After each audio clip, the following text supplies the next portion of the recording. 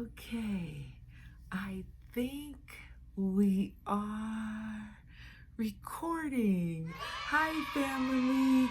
Hey, it's Mrs. Day all day, aka Aunt Nisi, coming to you from the Day Village, guys.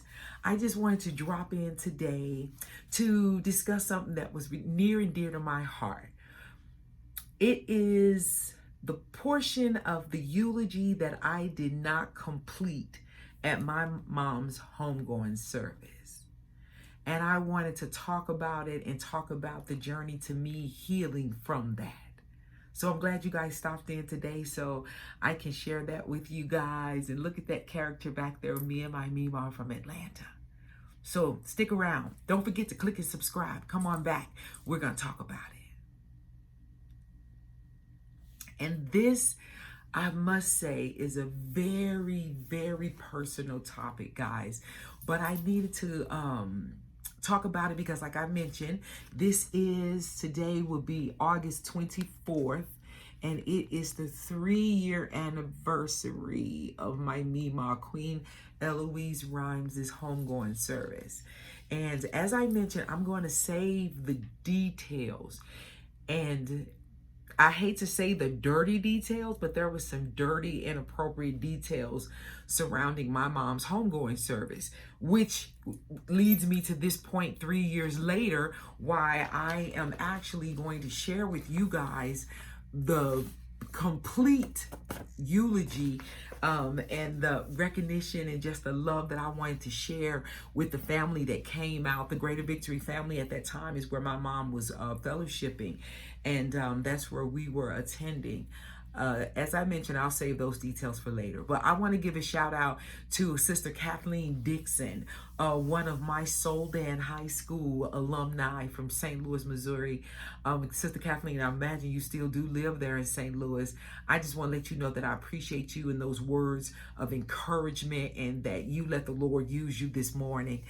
Sis, as I mentioned, my sister friend gave me some words about being in peace and being okay and knowing that God is yet in charge. And that today actually changed the whole trajectory of how I wanted to present this today. And like I said, I'll save those details for a story time for another time. But for right now, I just want to complete the words that I wanted to share about my mom, Queen Eloise Taylor Rhymes, that I did not get to do due to a lot of confusion and messiness at her service. So without further ado, here's the completion of those notes, the words in its totality. But can I show you guys some cool pictures first, though? How about this? This is my Mima. Now, this is the collage. My mom was so cool. And actually, this is unframed because when I moved, my frame had gotten broken and the glass got shattered. So I have to get it reframed. But my mom presented each of her daughters. My mom had 3 daughters. I am the baby girl. I'm Denise. Her middle daughter is Allison, aka Chucky, and my oldest sister is Jocelyn. She is our eldest sister. So mom presented all of these to us, and our primary pictures were in the middle and in the center. But look how she did this. This was the one that she did with my mom there in the center. Isn't she a doll? Just a doll baby. And then there's my mom. Wait, this corner over here. There's my mom when she was a baby. Look at that picture of her. And then there's all 3 of us. Myself, Jossie, and Allie. Look at me sucking the thumb there. Yes, I was a thumb sucker. There's all 3 of us again. There's Jossie, all toothless. And all 3 of us with our Aunt Frances, Queen Frances, may she rest in heaven. And there I am, the little diva. I think I had a purse in that photo and another photo like that as well. But mom had, and that was Chucky down there in the corner. And mom had blessed all of us with those collages. So I had that picture out because I'm going to get some things framed. So without further ado, guys, just bear with me so that I can share this and let you know a little bit about who my mom was. And she was an awesome queen. So Eloise Taylor Rhymes, my Nubian queen.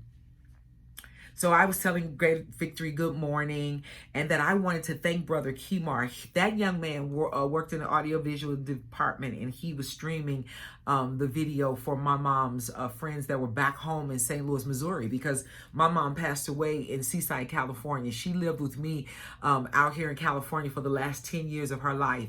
And myself and my eldest sister, Jocelyn, took very good care of my mom. But my mom resided with me, and Jocelyn helped assisted with my mom.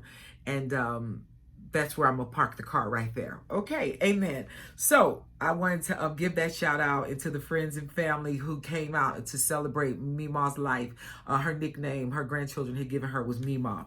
Okay, so I had told the audience that morning that I was on an assignment, and after that day, it was complete. I was obligated to tell all of you here this morning the absolute truth.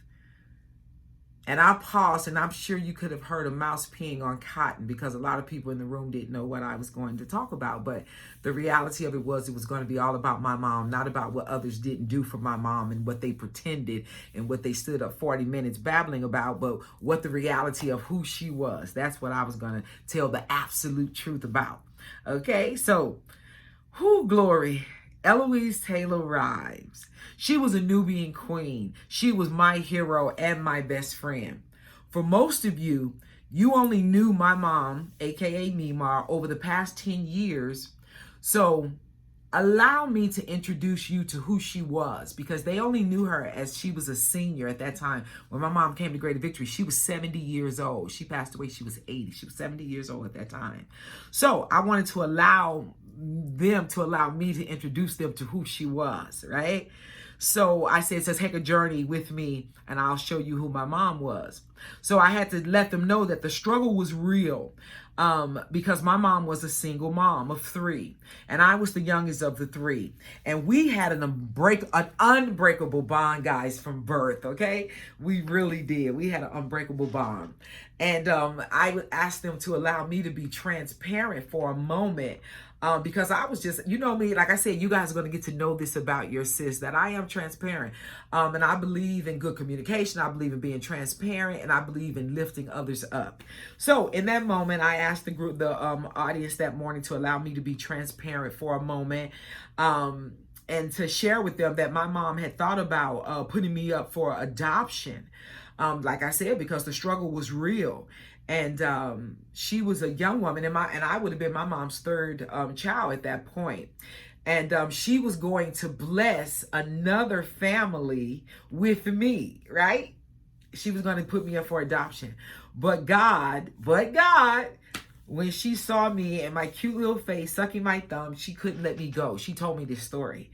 And so I teased her and I said, I bet you're glad you didn't too, huh? I bet you're glad you kept me. And we would always chuckle about that as well, because my mom and I had a great relationship, a very, very, very good relationship. So let me continue. My mom was a fighter. She stood her ground for what was right, guys. She was a community activist. And I had the picture of her, the activist photo, when she had buttons all on her hat. Every year she'd go to the march. She had the Martin Luther King buttons on her hat. And she would be marching, going down to the courthouse in St. Louis, Missouri, on Martin Luther King Jr.'s birthday, guys. That's January. That's in the wintertime in Missouri in January. And my mom and Aunt Teresa, and I believe Mama Jackie was with them as well, all went down there. And Josie, because once I had left the city, I had moved to California, they still kept the tradition. They would go every year. And the reason they would be going, because back in the day, my mom was protesting and marching for fair housing. And she went up against the city of St. Louis, Missouri. And she gathered over 1,000 signatures, guys, over 1,000 signatures to fight the city to apply for safe and affordable housing for her girls. And she won. We were fighting, and there were 2 divisions that were going up of low-income housing, but it was nice and affordable housing, and it was in the Cabinet Courts, and one of them ended up being the Townhouse 15. And praise God, we ended up in Townhouse 15, because Cabinet Courts, they were pretty rough. I'm just glad we didn't go over there, but it was what it was, okay? And Townhouse 15, that's where we grew up, at 1237 Hamilton. Yes, that was our stomping ground. Okay, oh my God. It's bringing back memories right now. Oh my God, rest in power, Mima, because she was definitely a fighter. So she had to fight to be able to apply for nursing school as well. And she won, okay? She graduated from nursing school with her best friend, Mama Jackie Smoots. You guys see me referring to her a lot on Facebook to this very day. That's my other mama, Mama Jackie. And they went through nursing school together and they had to fight to get in and they graduated. Amen. My mom had a illustrious 28 to 30 or 30 years. I had 30 years her nursing career, and she retired to take care of her brother, which is my Uncle Donald, who preceded her in death. One of my proudest moments was getting her back to St. Louis to visit with him before he passed away. To see them both sitting there telling each other they loved each other and laughing, it just really made my heart glad. So I was glad I was able to bring the siblings together so that they could share that heartfelt moment. I'm not going to get emotional right now, y'all. Y'all praying for me.